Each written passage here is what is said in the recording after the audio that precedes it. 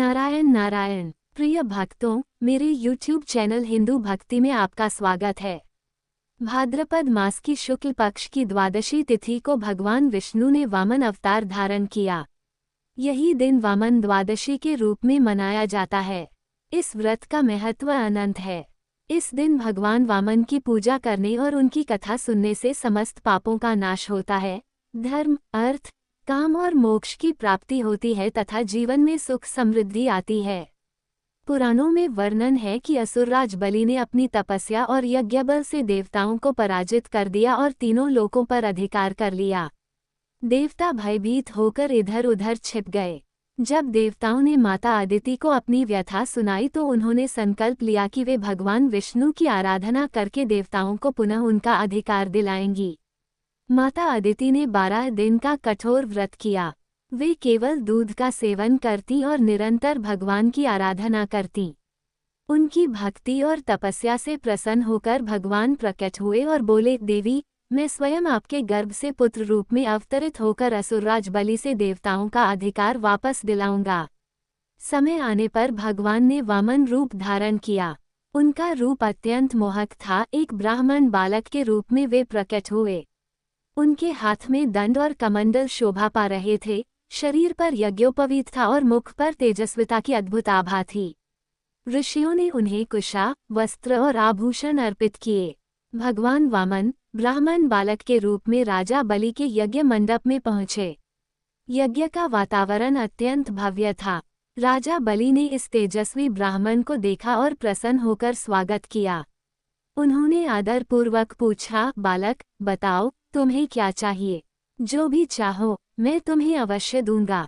भगवान वामन ने मुस्कराकर कहा, महाराज, मुझे केवल 3 पग भूमि चाहिए। राजा बलि यह सुनकर हंस पड़े। उन्होंने कहा, बालक, तुम बड़े विचित्र हो।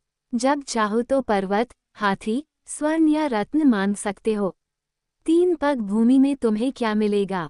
तब भगवान ने उत्तर दिया, महाराज, जिसे संतोष न हो उसके लिए 3 लोक भी पर्याप्त नहीं, किंतु मुझे तो केवल 3 पग भूमि ही चाहिए। राजा बलि ने संकल्प लेकर दान देने की तैयारी की। तभी उनके गुरु शुक्राचार्य ने चेताया, राजन, सावधान रहो। यह कोई साधारण बालक नहीं है, ये स्वयं भगवान विष्णु हैं। ये तुम्हें छलकर सब कुछ छीन लेंगे। परंतु राजा बलि धर्म और सत्य के पालन में अडिग रहे। उन्होंने कहा, मैं अपने वचन से पीछे नहीं हटूंगा। चाहे स्वयं भगवान ही क्यों न आए हों, मैं दान अवश्य दूंगा। बलि ने जल लेकर दान की प्रतिज्ञा की। जैसे ही उन्होंने संकल्प पूरा किया, भगवान वामन ने अपना रूप विराट कर लिया। उनकी काया आकाश को छूने लगी। एक पग में उन्होंने समस्त स्वर्गलोक और आकाशमंडल को नाप लिया। दूसरे पग में संपूर्ण पृथ्वी और पाताल लोक को। अब तीसरे पग के लिए कोई स्थान शेष न रहा। भगवान ने बलि की ओर देखा। बलि ने विनम्र होकर कहा, प्रभु, तीसरा पग मेरे सिर पर रख दीजिए। भगवान वामन ने प्रसन्न होकर ऐसा ही किया। उन्होंने बलि का अहंकार नष्ट किया और उसे आशीर्वाद दिया, हे बलि, तुम धर्मनिष्ठ हो, सत्यप्रिय हो, इसलिए मैं तुम्हें अमर कीर्ति प्रदान करता हूँ।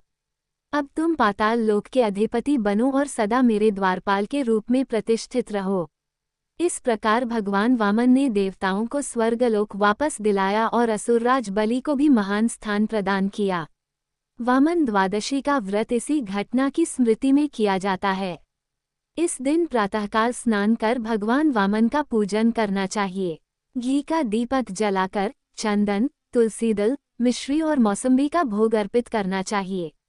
रुद्राक्ष की माला से विष्णु मंत्रों का जप करना चाहिए। संध्या के समय तुलसी और शालिग्राम की संयुक्त पूजा का विशेष महत्व बताया गया है। इस दिन चांदी, चावल और दही का दान करना भी अत्यंत शुभ माना गया है। कथा के अगले प्रसंग में भगवान विष्णु की 3 पत्नियों लक्ष्मी, गंगा और सरस्वती की चर्चा आती है। कहा जाता है कि तीनों ने आपसी ईर्ष्या के कारण एक दूसरे को श्राप दिया। परिणामस्वरूप लक्ष्मी तुलसी के रूप में, गंगा पृथ्वी पर नदी के रूप में और सरस्वती भी नदी रूप में अवतरित हुई। लक्ष्मी माता तुलसी बनकर भगवान की प्रिया बनी, गंगा भागीरथ की तपस्या से धरती पर अवतरित हुई और विष्णु में विलीन रहने का वरदान प्राप्त किया, जबकि सरस्वती नदी रूप में प्रवाहित होकर ब्रह्मा की अर्धांगिनी बनी। तुलसी और शंखचूड़ की कथा भी अत्यंत प्रसिद्ध है। तुलसी ने भगवान नारायण को पति रूप में पाने के लिए कठोर तप किया था, किंतु श्रापवश उनका विवाह शंखचूड़ नामक दैत्य से हुआ। तुलसी के पतिव्रत धर्म के कारण शंखचूड़ अजेय हो गया था। देवताओं के उद्धार के लिए भगवान विष्णु ने ब्राह्मण का वेश धारण किया और तुलसी का पतिव्रत भंग किया। उसी क्षण भगवान शिव ने शंखचूड़ का वध कर दिया। तुलसी को जब ये ज्ञात हुआ तो उन्होंने विष्णु को श्राप दिया कि वे पत्थर बन जाएं। भगवान ने उनके श्राप को स्वीकार कर शालिग्राम शिला का रूप लिया और यह कहा कि मेरी पूजा तुलसी के बिना अधूरी होगी। तुलसी की महिमा से जुड़ी अनेक कथाएं लोक में प्रचलित हैं। एक कथा में एक भाभी ने तुलसी के गमले को बारातियों के सामने रखकर अपमानित करना चाहा, किंतु तुलसी माता की कृपा से वह गमला व्यंजन और आभूषण में बदल गया। दूसरी कथा में एक भाई अपनी बहन के लिए ज्वार की थैली ले जा रहा था, जिसे उसने गौशाला में रखा। तुलसी की कृपा से वह थैली सोना चांदी में परिवर्तित हो गई।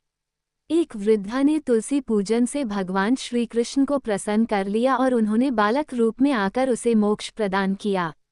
एक राजा ने ब्राह्मण को अपनी मेहनत की कमाई से धन दिया और उसके पुण्य से मोतियों की वर्षा होने लगी। इस प्रकार वामन द्वादशी की कथा और तुलसी माता की महिमा सुनने और व्रत करने से मनुष्य के समस्त पाप नष्ट हो जाते हैं, परिवार में सुख शांति आती है, कार्यों में सफलता मिलती है और अंततः मोक्ष की प्राप्ति होती है। इस दिन का व्रत करने वाला मनुष्य विष्णुलोक को प्राप्त करता है। प्रेम से बोलिए वामन भगवान की जय, तुलसी माता की जय, शालिग्राम जी की जय, श्री हरि विष्णु भगवान की जय। यदि आपको यह वीडियो पसंद आया हो तो इसे लाइक करें, अपने प्रियजनों के साथ शेयर करें और चैनल को सब्सक्राइब करना न भूलें। धार्मिक कथाएं, व्रत विधि और भक्ति से जुड़ी विशेष जानकारियों के लिए जुड़े रहिए हिंदू भक्ति चैनल के साथ। हम आपके लिए हमेशा नई रोचक और प्रेरणादायी भक्ति कथाएं लेकर आते रहेंगे।